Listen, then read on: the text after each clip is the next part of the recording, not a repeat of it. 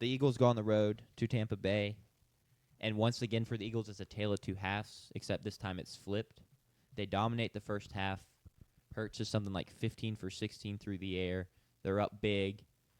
It kind of looks like it's over for the Buccaneers. And then we get to the second half, and Jalen Hurts doesn't complete a pass. He's 0 for 8. And the Buccaneers storm all the way back, but can't finish the comeback, and they lose 31-25.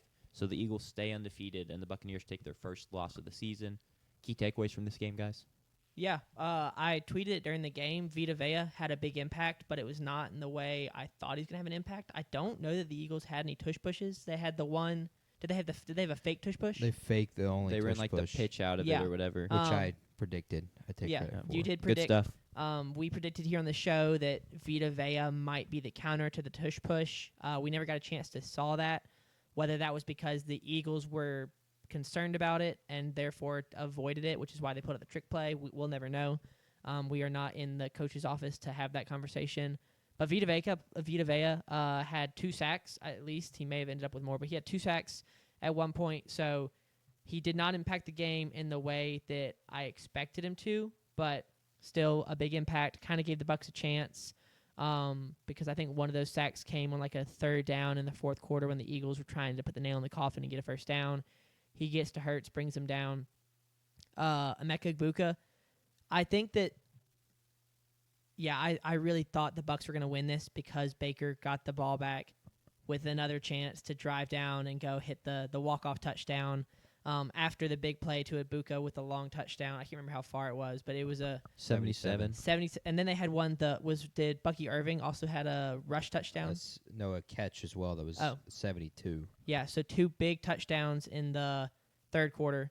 And then you kind of thought, wow, the Bucs are going to do this. Like they might be able to claw their way back in on the back of that dynamic offense. And then they score 5 in the 4th. And I think one of those was the safety. The intentional safety. Yeah, the intentional safety at the end of the game to run the clock down. I mean, I think if you're a Bucs fan, you're probably walking away. I was cheering for the Bucs. I love the Bucs right now. They're a really fun team to watch, and I love Baker Mayfield. So I'm going to speak as a Bucs fan for the next minute. I'm kind of disappointed. I really thought that they had a chance here, especially, like I said, with the ball in Baker's hands to go down. The way the offense was clicking. You've got Chris Godwin back, which you kind of hoped he could step in and take the Mike Evans touches with Mike Evans out for a hamstring. And it just didn't work for the entire first half. And when it finally did work, it just wasn't quite enough. The Eagles get it done. But yeah, I think that you have to feel good, I guess, going forward. The Bucs competed. You think that they can so now I think if you're the Bucs, you know that you can beat anybody else probably or almost anybody else. But you've got to be concerned running into the Eagles again, probably in Philadelphia in the playoffs, because I don't think you're going to finish ranked ahead of them in a seed. So I think that there's a good chance you rematch with them in the playoffs, and then you're pretty nervous about losing again. I don't have that takeaway at all. Okay. I would actually just, if I'm a Bucs fan, okay, we lost round 1. A round 1 that does not matter. At the end of the day, it may matter for home field advantage. I'm about to say it could matter for playoff seeding, but that is about it. Your season's not over because you lost this round. They held Saquon Barkley to 2.3 yards per carry, 43 yards. Jalen Hurts was terrible in the second half. His 2 touchdown passes were a total of 7 air yards, and neither were past the line of scrimmage. Nice. Both shovel passes to Dallas Goedert. So you're not scared of A.J. Brown and being able to take you over the top because that didn't happen, especially when they were trying to go to it. The only time A.J. Brown touched the ball, he had one little short catch and then he had a slant route. Yeah. That was for a big first down in the second half. Or not the second half, in the first half because Hurts didn't complete a pass in the second half. But I take it as, okay, we just lost the round 1, and we were without Mike Evans. Chris Godwin's first game back off a devastating leg injury. Can't expect he's 100% yet. Tristan Wirf's first game back off of the injuries he dealt with this offseason. You're still without your right tackle as well, and you were in it. Baker had a chance going down the field at the end of the game. He just throws a pick. unfortunately. But that's going to happen. You put your faith in Baker because at least at this moment in the season, he's 3 out of 4 on taking you down the field for a game-winning drive when it matters most. Defensively, I thought they played really, really well, especially in the second half, and it was able to get them in the game. Baker was able to find downfield shots, hitting Emeka Ibuka and Bucky Irving. I'd walk away more happy about this as a Bucs fan than an Eagles fan. For the Eagles, winning is great, but now I know I said no further questions, Your Honor, last week, but I lied, kind of. I'm not gonna lie. I don't know. You don't like what you just saw. I don't have any questions because they've at least proven that when it matters, they can do it. But why aren't you doing it? I think is the biggest question going forward. And for them, is A.J. Brown going to request a trade? We had the whole book controversy last year. Yeah. The book controversy occurred in the playoffs. We are now tweeting verses from the Bible after week 4. So we're already angry. Yeah. Within, I think it was 3 days after the Super Bowl, he posted on Instagram after winning the Super Bowl that he doesn't care about winning. All I care about is dominating a defensive back. He is one of your best weapons, and he, I think, is going to request a trade at some point because it's week 4 and he's already clearly upset with how things are going. And it's not even really his fault, and I don't think it's the Eagles' fault either. Hurts and their games don't complement each other. Where is A.J. Brown the best? Intermediate, dig routes, the slant route, that kind of stuff. He's not a guy that's going to beat you over the top. He's a physical guy that can win a one-on-one battle with a DB because he wants to dominate him. Yeah, he will destroy you. Jalen Hurts, where is he worst at throwing the football? Intermediate, over the middle of the field, in between the numbers. He's great on checkdowns. He's great over the top on the sidelines. That doesn't complement each other. And so it may even make sense to trade him if you can get a good package for him. But that's, I think, the only question going forward for Philly is your best weapon going to request a trade?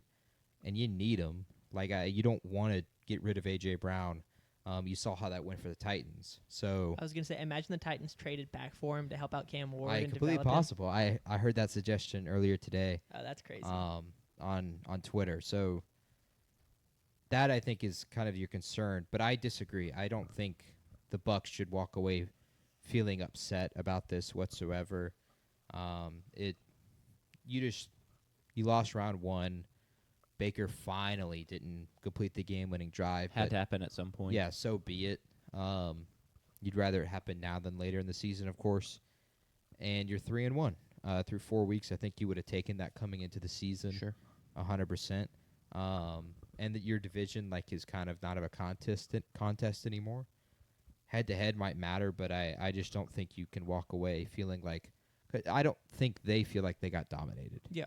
Do you feel like I the don't think they Eagles- got dominated. Exactly. I just think it's unfortunate that losing round 1 means there's a good chance that round 2 is in Philly. I don't think they're scared of that. I That's think fair. if I'm gonna, I think Did I they kinda beat them in Philly last year? No. Last year, the 2 times they've beaten them have both been at Tampa Bay. Yeah, I can Yeah. side with JP here because they have beaten before. I know it's not been in Philly.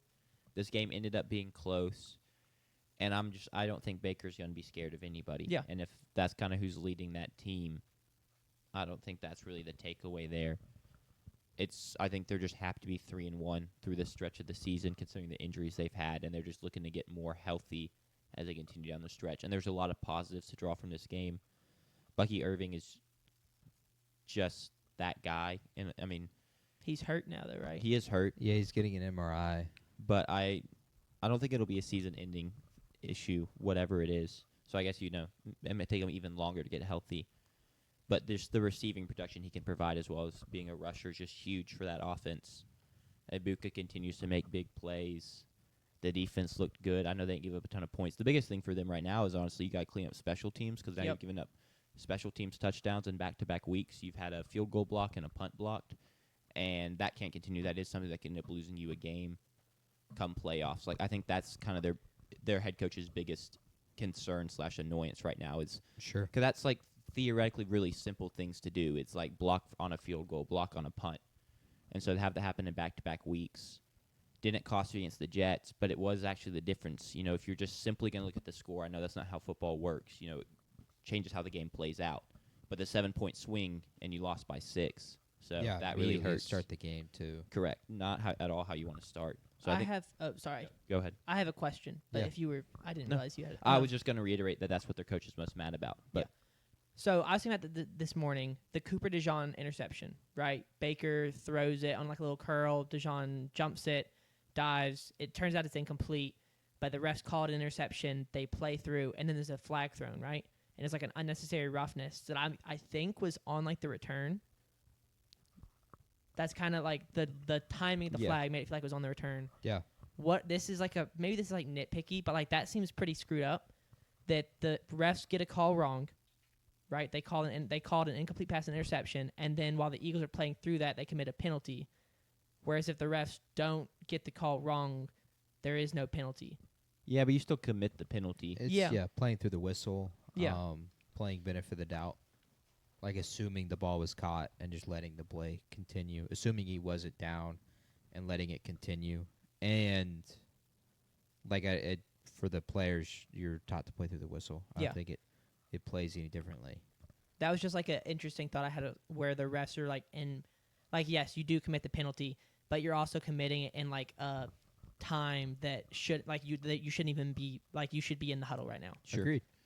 Which is just it's unfortunate that the Eagles got hurt. It didn't end up losing in the game, but had that thought of like, oh well, there's another way refs can impact the game that I had never thought about. Yeah. Like, it's not just interception, no interception, but now you're gifting the Bucs 15 yards and a first down. It is unfortunate for the Eagles, but I think if you ask them, they would prefer to have the chance that it is an interception and get to, have the chance to return it for a touchdown or put their offense in better field position. For sure. So, but yeah, that is interesting. It's a discipline thing at the end of the day anyway. An unnecessary roughness. You should never commit penalty. penalties. You shouldn't be committing So you those. start the Cabo fun. Yeah. I was gonna bring that up on Thursday. You- but yeah, I watched that. That was funny. We'll retread that on Thursday. Yeah. Last thing I have Yeah, on go this ahead. game, Quinyon Mitchell had his best game of the season. Absolutely. Was phenomenal, and I don't know what the repeatability of that is, or what he looks like week to week. Statistically, just 2 receptions for 6 yards on 6 targets. Yeah. But Against Emeka Ibuka. if he can repeat that, or even repeat something close to that, and start just being more consistent, that transforms the outlook of this Eagles secondary with Cooper DeJean and then him as both like legit shutdown corners or guys that can match up against 2 weapons from the other team. Yeah, that makes their defense that much more scary, and that was kind of one of their bigger holes this offseason or through the first couple weeks of the season was QB2, so cornerback 2, CB2. Yeah, So that's something positive for Eagles fans. for sure. That's the last thing I have. I don't know if you have anything else. No, I've got nothing else. Cool. I do feel though still like the biggest takeaways is just the AJ Brown. Agreed. I said that so I had. My biggest takeaway is I'm going to stop trying to figure out this Eagles team and just chalk them up as right now like no one knows what this like play a good half, play a bad half means, or like because I don't understand them at all, and so I'm gonna stop trying and I'm just gonna watch, and it'll unfold in some way and I'll go from there. He's 66th in receiving yards, 61st in receptions.